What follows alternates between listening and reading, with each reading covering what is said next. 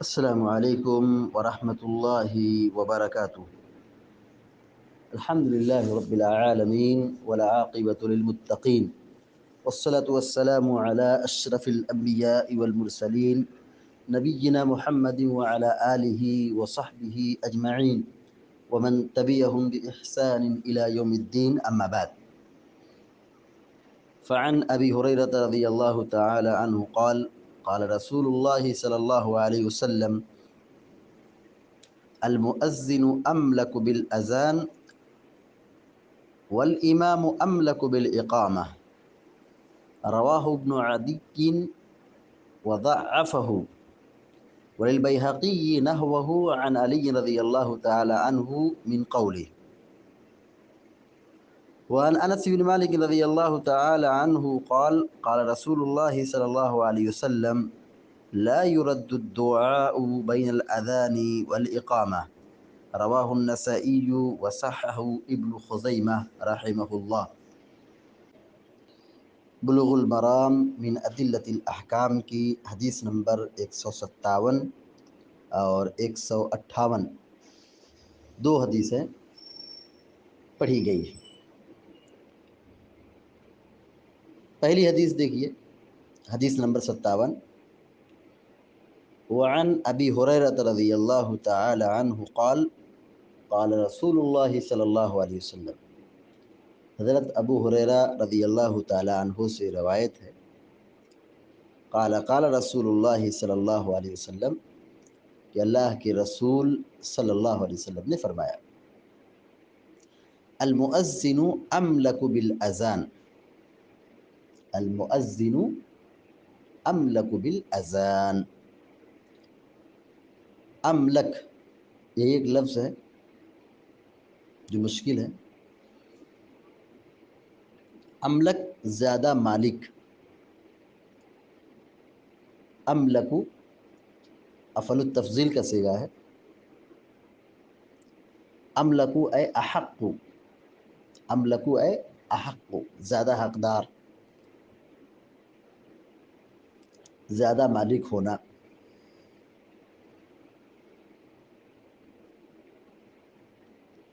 اذان منے اذان، المؤذن منے مؤذن، المؤذن املک بالاذان، مؤذن اذان کا زیادہ مستحق ہے، زیادہ حقدار ہے، یا اذان کا مالک ہے۔ اذان کا مالک کیوں ہے؟ کیونکہ مسجد کا مؤذن ہے، اس کو اس کا ذمہ دار بنایا گیا ہے، تو ظاہر ہے جس کا جو کام ہے، جس کی جو ڈیوٹی ہے وہی انجام دے گا۔ اب ایسا نہیں کہ کوئی آدمی آئے اور بغیر اجازت کے اذان دے دے، تو اس سے کیا ہوگی؟ بد نظمی ہوگی، اور یہ درست نہیں ہے کہ مسجد کا مؤذن موجود ہو اور وہ اذان کی تیاری میں ہو اور دوسرا آدمی آگے بڑھ کے اذان دے دے۔ اگر اسے اذان دینا ہے تو مؤذن سے اجازت لینا پڑے گا، مؤذن اجازت دے گا تو ٹھیک ہے، ورنہ وہ بغیر اجازت کی اذان نہیں دے سکتا ہے۔ جیسا کہ آپ لوگ خلیجی ممالک میں دیکھتے ہوں گے، مسجد کا جو مؤذن ہے وہی اذان دے گا، باہر کا کوئی دوسرا آدمی اذان نہیں دے سکتا ہے۔ تو حدیث یہی ہے کہ المؤذن املک بالاذان، مؤذن یہ اذان کا زیادہ حقدار ہے، زیادہ مالک ہے، زیادہ مستحق ہے، یعنی اذان وہی دے گا کیونکہ وہ اس کا ذمہ دار ہے۔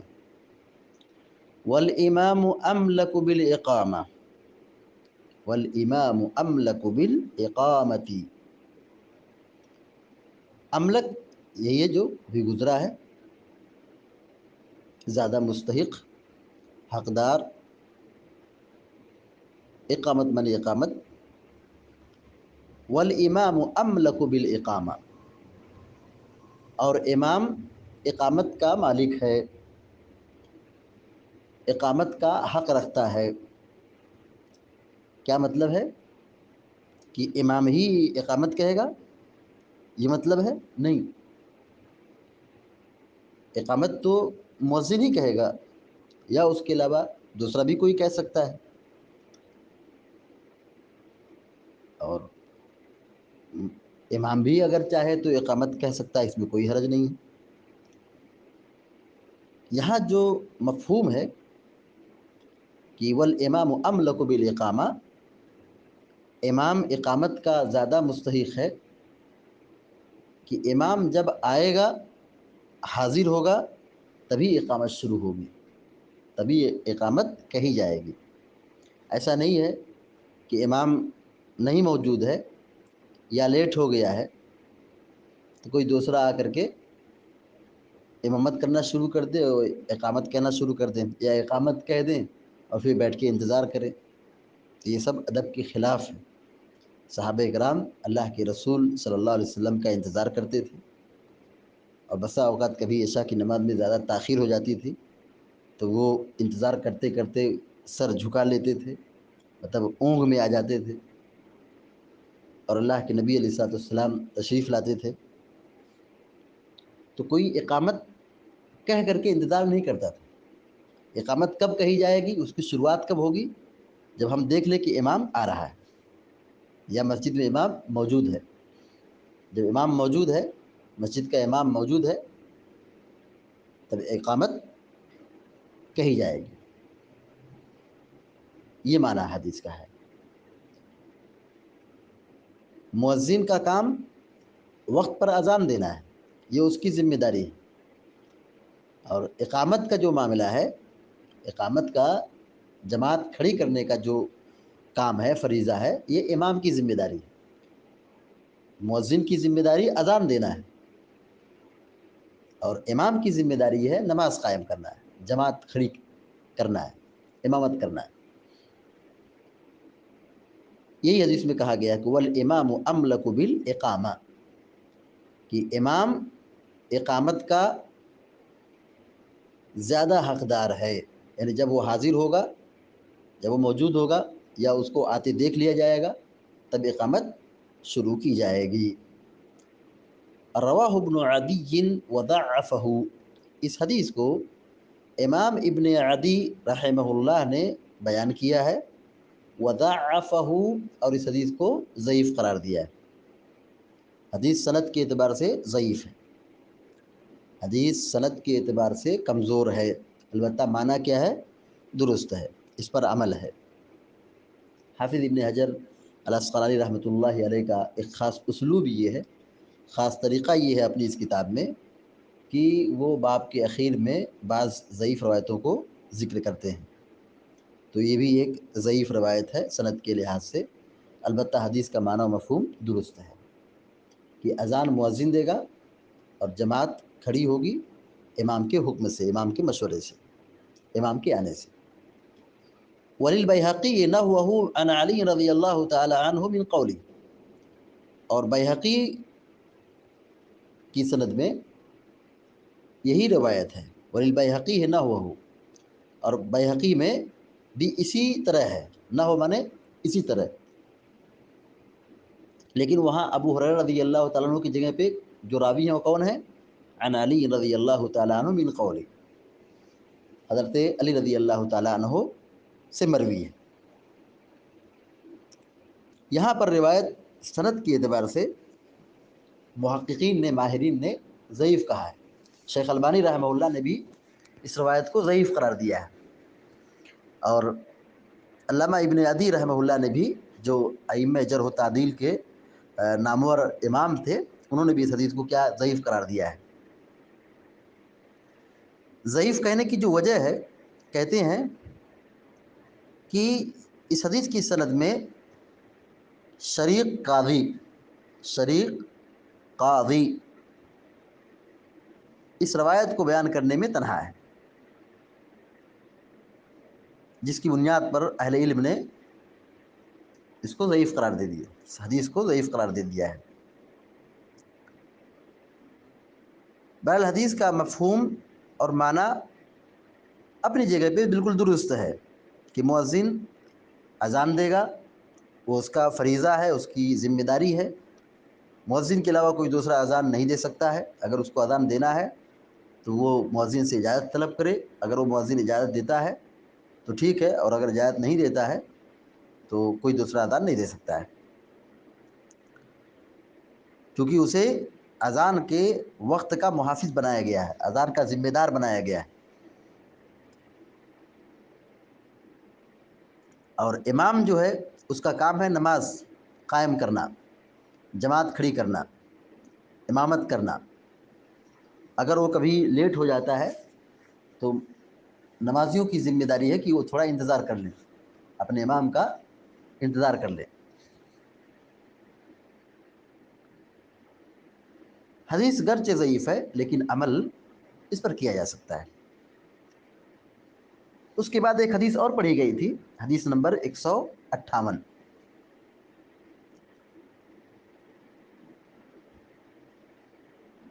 دیکھیے ایک مرتبہ پھر اس کا ترجمہ کیا جا رہا ہے 157 کا۔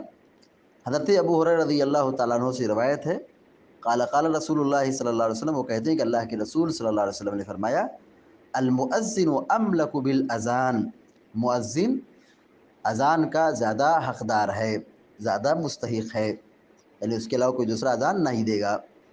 والامام املک بالاقامہ، اور امام اقامت کا زیادہ مستحق ہے، زیادہ حقدار ہے۔ یعنی امام جب حاضر ہوگا، امام موجود ہوگا، تبھی اقامت کہی جائے گی۔ اقامت کی شروعات کب ہوگی؟ جب امام حاضر ہوگا۔ امام نہیں ہے، تکبیر نہیں کہی جائے گی، اقامت شروع نہیں کی جائے گی۔ ہاں اگر امام آ رہا ہے، مقتدیوں نے دیکھ لیا ہے، تو پھر اقامت کہہ سکتے ہیں۔ ہمارے یہاں مشہور ہے کہ جب امام مصلی پہ کھڑا ہو جائے گا جہاں نماز پڑھاتا ہے، جب وہاں پہنچ جائے گا تبھی وہ مؤذن یا کوئی دوسرا اقامت کہے گا، ایسا نہیں۔ مسجد کے اندر اگر امام موجود ہے، اب وہ چاہے کسی سے کچھ بات کر رہا ہے یا پھر دعا کر رہا ہے یا کسی اور کام میں ہے، اگر مسجد میں امام موجود ہے تو اقامت شروع کر سکتے ہیں، اقامت کہہ سکتے ہیں۔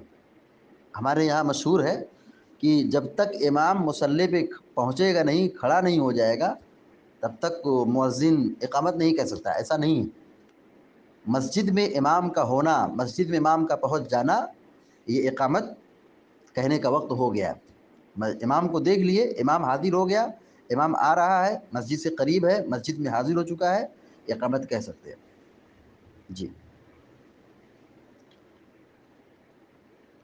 اب آئیے حدیث نمبر 158 کی طرف۔ وعن انس بن مالک رضی اللہ تعالی عنہ قال قال رسول اللہ صلی اللہ علیہ وسلم لا يرد الدعاء بین الاذان والاقامہ، رواہ النسائی وصححہ ابن خزیمہ۔ چونکہ دونوں حدیثیں چھوٹی چھوٹی تھی، اس لیے اس کو ایک کلپ میں ایک درس میں بیان کیا جا رہا ہے۔ حضرت انس بن مالک رضی اللہ تعالیٰ عنہ بیان فرماتے ہیں کہ اللہ کے رسول صلی اللہ علیہ وسلم نے فرمایا، لا يرد الدعاء بین الاذان والاقامہ، لا يرد،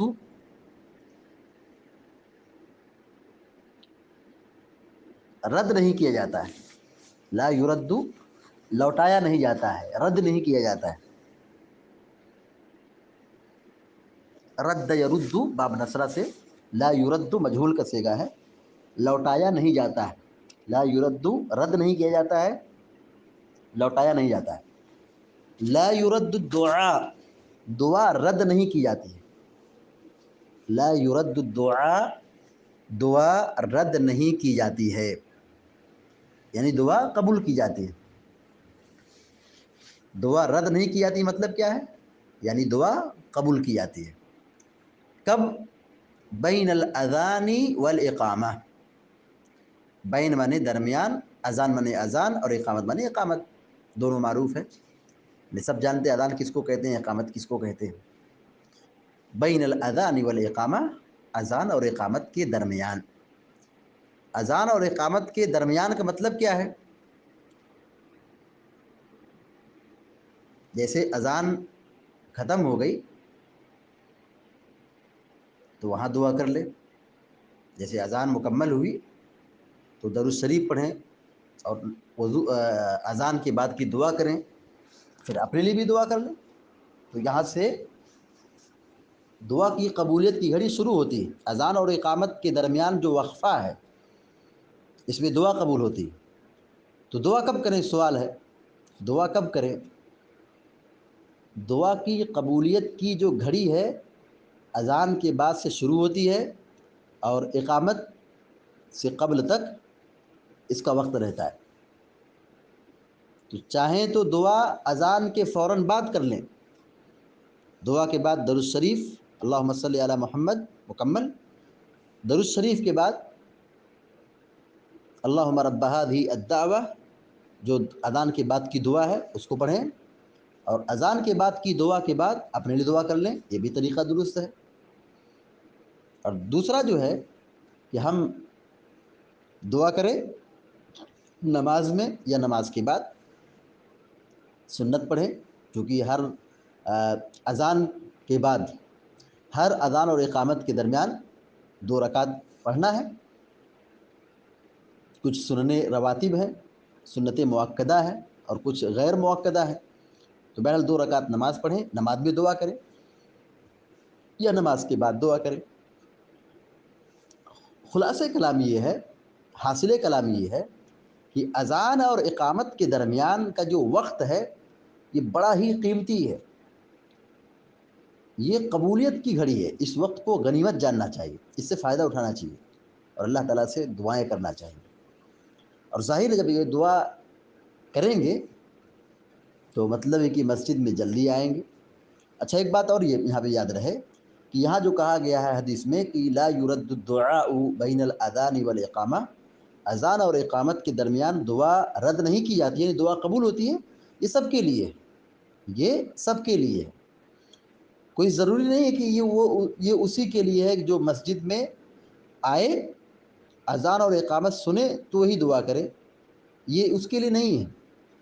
گھر میں جو مریض ہے یا خواتین ہیں یا اور دوسرے لوگ ہیں جو عذر شرعی کی بنیاد پر گھروں میں رہتے ہیں، مسجد میں نہیں آتے ہیں، تو اذان اور جماعت کا جو وقت ہے، اس اذان اور اقامت کے درمیان کا جو وقت ہے وہ دعا کی قبولیت کی گھڑی ہے، وہ سب کے لیے ہے، اور اس گھڑی سے سب لوگ فائدہ اٹھا سکتے ہیں، اس موقع سے فائدہ حاصل کر سکتے ہیں۔ تو لہذا ایسے مبارک وقت کو غنیمت جاننا چاہیے اور اللہ تعالیٰ سے خوب دعائیں کرتے رہنا چاہیے۔ لا یرد الدعاء بین الاذان والاقامہ، اللہ اکبر۔ ہماری زندگی میں ہزاروں پرابلمز، پریشانیاں، بیماریاں، دقتیں، مجبوریاں، ہم شکوہ شکایت لے کر کے ادھر ادھر بھٹکتے رہتے ہیں، پریشان رہتے ہیں۔ اپنے مسائل کو اللہ کے حوالے کریں اور اللہ تعالیٰ سے روئیں، گڑ گڑائیں، اور تضرع اور خاکساری اور تواضع کے ساتھ اللہ تعالیٰ سے دعائیں کریں۔ اللہ تعالیٰ مشکلات کو آسان کرے گا، دعاؤں کو قبول کرے گا اور ہماری زندگیوں کو سنوار دے گا۔ کون سا ایسا مسئلہ ہے جو دعا سے حل نہیں ہوتا ہے؟ اللہ اکبر۔ بشرطی کہ ہم دعا کریں دعا کے طریقے سے، دعا کے مکمل آداب کا لحاظ رکھتے ہوئے دعا کریں تو اللہ تعالیٰ ہماری دعاؤں کو قبول کرتا ہے۔ اور جو آدمی بار بار مانگتا ہے اللہ تعالیٰ اس کی دعا کو قبول کر لیتا ہے، کیونکہ جب بار بار آدمی دروازہ کھٹکھٹاتا ہے، بار بار کھٹکھٹاتا ہے تو دروازہ کھول دیا جاتا ہے۔ تو اللہ تعالیٰ سے اگر مانگا جائے اور اللہ تعالیٰ سے یقین کے ساتھ طلب کیا جائے تو اللہ تعالیٰ دعاؤں کو قبول کرتا ہے۔ کوئی ایسا ہمارا مسئلہ نہیں ہے جو دعا سے حل نہ ہو، یہ بات یاد رکھیں، بہت قیمتی بات ہے۔ کوئی ایسا ہمارا مسئلہ ہے ہی نہیں جو دعا سے حل نہ ہو۔ اللہ تعالیٰ دعاؤں کو قبول کرنے والا ہے، اور بار بار اللہ تعالیٰ نے ہمیں قرآن کریم میں نصیحت فرمائی ہے کہ ہم اپنے رب سے دعا کریں، اپنے رب سے مانگیں، اپنے رب کی طرف رجوع ہوں۔ اور احادیث میں بھی بہت سارے مواقع بتلائے گئے ہیں کہ ان اوقات میں دعا قبول ہوتی ہے۔ جمعہ کا دن ہے، شب قدر ہے، رمضان کا مہینہ ہے، اور ایسے ہی ہر نماز اور ہر اذان اور اقامت کے درمیان کا وقت ہے، موسم حج ہے، مکہ کی مسجد حرام اور صفا مروہ اور طواف کرتے وقت کی دعا ہے۔ اللہ تعالیٰ ان مواقع میں ان جگہوں پہ دعاؤں کو قبول کرتا ہے۔ عرفات کے میدان میں دعا قبول ہوتی ہے۔ تو الغرض بہت سارے مواسم اور بہت سارے مواقع ہیں، جگہیں ہیں جہاں پہ دعائیں قبول ہوتی ہیں۔ اللہ تعالیٰ اپنی رحمت کو کھولتا ہے، لیکن بندے کی بدبختی ہے کہ وہ اللہ تعالیٰ سے مانگ نہ سکے۔ بندے کی یہ بدبختی ہے کہ وہ دعا اللہ تعالیٰ سے نہ کر سکے۔ اللہ رب العالمین نے ہمیں یہ حکم دیا ہے کہ ہم مانگیں. وَإِذَا سَأَلَكَ عِبَادِي عَنِّي فَإِنِّي قَرِيب. جب میرے بندے آپ سے پوچھتے ہیں میرے بارے میں تو کہہ دو کہ میں بہت قریب ہوں. اجیب دعوت الداعی اذا دعان. دعا کرنے والا جب بھی دعا کرتا ہے میں اس کی دعا کو قبول کرتا ہوں. دعا ہمیشہ قبول ہوتی ہے، دعا ہمیشہ قبول ہوتی ہے، یہ یقین رکھنا چاہیے. لیکن کچھ گھڑیاں ایسی ہیں جس میں دعائیں زیادہ قبول ہوتی ہیں، قبولیت کے چانسز زیادہ ہوتے ہیں. تو یہ جو وقت ہے اذان اور اقامت کے درمیان، جو ہمارے یہاں تقریباً 15-20 منٹ کا وقفہ ہوتا ہے، اس بیچ میں ہمیں ہر طرح کی مصروفیات سے الگ ہو کر کے مسجد کا رخ کرنا چاہیے اور نماز اور ذکر اور عبادت میں مصروف رہنا چاہیے اور دعا کرتے رہنا چاہیے. اب اس بیچ میں دیکھیے ہمارا مزاج کیا ہے کہ لوگ لیٹ مسجد میں آتے ہیں. 1 رکعت چھوٹ گئی، 2 رکعت چھوٹ گئی، جماعت چھوٹ گئی، لیٹ آتے ہیں. اقامت کہی جا رہی مسجد میں نہیں موجود ہے تو کہاں سے دعا کریں گے؟ کچھ لوگ جلد آتے ہیں لیکن دعا نہیں کرتے. آتے تو ہیں جلد لیکن دعا نہیں کرتے. دوسری بات ہے کہ لوگ آتے بھی ہیں، دعا نہیں کرتے ہیں، قرآن کی تلاوت کرتے ہیں یا بیٹھ کر کے جماعت کا انتظار کرتے ہیں، امام کا انتظار کرتے ہیں. بہتر چیز یہ ہے کہ ہم پہلی فرصت میں ان مبارک اوقات میں جو ہر روز 5 مرتبہ ہم کو یہ چیز حاصل ہوتی ہے کہ ہم اذان اور اقامت کے درمیان اللہ تعالیٰ سے دعا کریں. اور دوسرے مسالک میں چلے جائیں، ان کے یہاں کیا سسٹم ہے کہ وہ دعا نماز کے بعد کرتے ہیں. دعا کی قبولیت کی گھڑی کیا ہے؟ اذان اور اقامت کے بیچ کا وقت ہے. لیکن لوگوں نے کیا سمجھایا ہے کہ جماعت جیسے ختم ہوگی ہاتھ اٹھا کے لوگ اجتماعی طور پہ دعا کریں گے. وہ قبولیت کی گھڑی نہیں ہے. قبولیت کی گھڑی اقامت سے پہلے کی تھی، اس میں دعا نہیں کی گئی. اور دعا کب کر رہے ہیں؟ جماعت ختم ہو گئی پھر لوگ اجتماعی طور پہ دعا کرتے ہیں. اس کو علماء نے بدعت قرار دیا ہے. تو جماعت کے بعد یہ دعا کی قبولیت کی گھڑی نہیں ہے، بلکہ قبولیت کی جو گھڑی ہے وہ اقامت سے پہلے کا ہے یا پھر تشہد کا وقت ہے، سلام پھیرنے سے پہلے کا ہے. درود الشریف پڑھنے کے بعد آدمی اپنے لیے دعا کرے، یہ قبولیت کی گھڑی. بہت سارے لوگ شکایت کرتے ہیں کہ دعا قبول نہیں ہوتی ہے. دعا قبول نہیں ہوتی ہے تو ہمیں یہ حکم نہیں دیا گیا ہے کہ ہم اپنے نتیجے کے بارے میں خود فیصلہ کریں. اپنے نتیجے کے بارے میں ہم خود فیصلہ کریں، ہمیں یہ مکلف نہیں بنایا گیا. اللہ نے ہمیں حکم دیا کہ ہم مانگیں، ہمیں حکم دیا گیا دعا کرنے کا، اور نتیجہ اور معاملہ اللہ کے حوالے کر دینا ہے. اللہ تعالیٰ جو بہتر ہوگا وہ ہمارے حق میں فیصلہ کرے گا. جو ہمارے حق میں بہتر ہوگا اللہ تعالیٰ ہمارا فیصلہ کرے گا. دیکھیے بندہ جب دعا کرتا ہے تو اللہ تعالیٰ اس کی دعا کو فوراً قبول کر لیتا ہے. اللہ تعالیٰ دعا قبول کر لیتا ہے. ایک دعا کی قبولیت کا ایک سبب اور حصہ یہ ہے.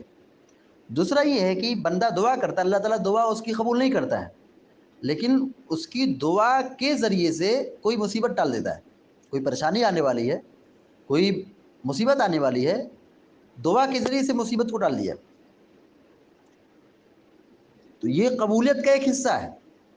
دوسرا یہ کہ نہ مصیبت ٹلی، نہ دعا قبول ہوئی، نہ وہ چیز ملی مراد حاصل ہوئی، اللہ تبارک و تعالیٰ قیامت کے دن اس دعا کا اجر دے گا. قیامت کے دن دعا کا ثواب دے گا. تو ہمارا فائدہ ہے ہم دعا کریں تو ہماری دعا قبول ہو گئی، دنیا بھی بن گئی، وہ مراد ہم کو مل گئی، دنیا ہم کو حاصل ہو گئی. یا اگر دعا وہ قبول نہیں ہوتی، ہماری مراد نہیں ملتی ہے تو کوئی مصیبت دور ہو جاتی ہے، تو ہمارا فائدہ ہے. اور اگر یہ دونوں چیزیں نہیں ملی تو تیسرا آپشن اللہ تعالیٰ نے ہمارے لیے رکھا ہے. وہ کیا ہے؟ آخرت کا ہے، کہ اللہ تعالیٰ آخرت میں وہ چیز ہم کو عطا کرے گا، اجر کی شکل میں، ثواب عطا کرے گا، نیکی کی شکل میں. تو ہر صورت میں مومن کے لیے دعا کرنے میں بھلائی ہے، دعا کرنے میں خیر ہے، دنیاوی اعتبار سے بھی اور اخروی اعتبار سے بھی. تو دعا کرتے رہنا چاہیے. یہ نہیں سوچنا چاہیے کہ ہماری دعا قبول نہیں ہو رہی ہے، بلکہ ہمیں مکلف یہ بنایا گیا ہے کہ ہم اللہ تعالیٰ سے مانگیں. ہمیں یہ نہیں ہمیں یہ نہیں حکم دیا گیا کہ ہم اپنے بارے میں نتیجہ نکالیں، فیصلہ کریں کہ ہم کو کیا بہتر ہے، ہم کو کیا بہتر نہیں. اللہ تعالیٰ بہتر جانتا ہے کہ یہ چیز ہمارے وقت میں ہمارے لیے مناسب ہے یا بہتر نہیں. تو جو ہمارے لیے بہتر ہوتا ہے ہمارا خالق ہمارے حق میں فیصلہ کرتا ہے. جو ہمارے حق میں بہتر نہیں ہوتا ہے اللہ تعالیٰ وہ چیز ہم کو دنیا میں نہیں دیتا ہے. تو یہ اللہ تعالیٰ کی تقسیم ہے, یہ اللہ تعالیٰ کی مشیت ہے. تو یہ سوچئے کہ اللہ تعالیٰ نے ہم کو اگر دنیا نہیں دی, دنیا میں وہ ہماری مراد پوری نہیں کی, تو ہمارے لیے وہ دے رہا ہے جو ہمارے لیے آخرت میں ہے. ہم دنیا کی چیزوں کو حاصل کرنے میں جذباتی ہوتے ہیں, جلد بازی چاہتے ہیں, جلدی حاصل کرنے کی کوشش کرتے ہیں. لیکن یہ سوچنا چاہیے کہ اگر ہماری دعا قبول نہیں ہوئی تو ہم رنجیدہ خاطر نہ ہو, ناراض نہ ہو, کبیدہ خاطر نہ ہو, اور نا امید نہ ہو, اللہ تعالیٰ سے بزن نہ ہو, بلکہ یہ سوچیں کہ اللہ نے ہم کو اس چیز کی نعمت, اس نعمت کو ہمارے لیے باقی رکھا ہے اجر کی شکل میں, جو ہمیں آخرت ملنے والی ہے. تو دنیا بہتر ہے یا آخرت بہتر ہے؟ تو اللہ تعالیٰ آخرت میں وہ چیز ہمیں عطا کرے گا. تو کبھی دعا قبول نہ ہو تو اس سے کبھی ناراض نہیں ہونا چاہیے, اللہ تعالیٰ سے بزن نہیں ہونا چاہیے, تو دعا کرتے رہنا چاہیے. یہ حدیث ہمیں تعلیم دیتی ہے کہ ہم اذان اور اقامت کے درمیان کثرت سے دعا کرتے رہیں. اللہ تعالیٰ دعا قبول کرنے والا ہے. رواہ النسائی وصححہ ابن خزیمہ, اس حدیث کو امام نسائی رحمہ اللہ نے روایت کیا ہے, اور ابن خزیمہ رحمہ اللہ نے اس حدیث کو صحیح قرار دیا, اور دیگر محدثین نے بھی اس روایت کو صحیح قرار دیا ہے. ایک مرتبہ حدیث کا ترجمہ پھر دیکھ لیجئے. حضرت انس بن مالک رضی اللہ تعالیٰ عنہ بیان فرماتے ہیں کہ اللہ کے رسول صلی اللہ علیہ وسلم نے فرمایا, لا يرد الدعاء بین الاذان والاقامہ, کہ اذان اور اقامت کے درمیان دعا رد نہیں کی جاتی ہے. اذان اور اقامت کے درمیان دعا رد نہیں کی جاتی, یعنی دعا قبول ہوتی ہے. رواہ النسائی وصححہ ابن خزیمہ, اس حدیث کو امام نسائی نے بیان کیا ہے, اور ابن خزیمہ رحمہ اللہ نے اس حدیث کو صحیح قرار دیا ہے. لہذا ہماری اور آپ کی یہ کوشش ہو کہ ہم ان مبارک اوقات میں اللہ تعالیٰ سے کثرت سے دعا کریں.